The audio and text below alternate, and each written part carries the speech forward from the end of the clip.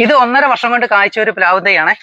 ഈ പ്ലാവ് തൈ നടുന്നതും അതേപോലെ തന്നെ ഇത് പ്രൂൺ ചെയ്യുന്നതും ഇതിന് കൊടുത്ത എല്ലാ കെയറുകളും നമ്മുടെ യൂട്യൂബ് ചാനലിൽ അപ്ലോഡ് ചെയ്തിട്ടുണ്ട്. അപ്പോൾ നമ്മുടെ വീട്ടിൽ ഇതേപോലെ തൈകൾ കായ്ക്കണമെന്നുണ്ടെങ്കിൽ നമുക്ക് ഏതെങ്കിലും അത്യുൽപാദന ശേഷിയുള്ള പ്ലാവും തൈകൾ നടുന്നതായിരിക്കും നല്ലത്. അപ്പോൾ എൻ്റെ അടുത്ത് കുറച്ച് തൈകൾ വന്നിട്ടുണ്ട്. ഇത് J33 തൈയാണ്. ഈ തൈയുടെ വില വരുന്നത് 95 രൂപയാണ്. ഇത് ബഡ് ചെയ്ത തൈകളാണ്.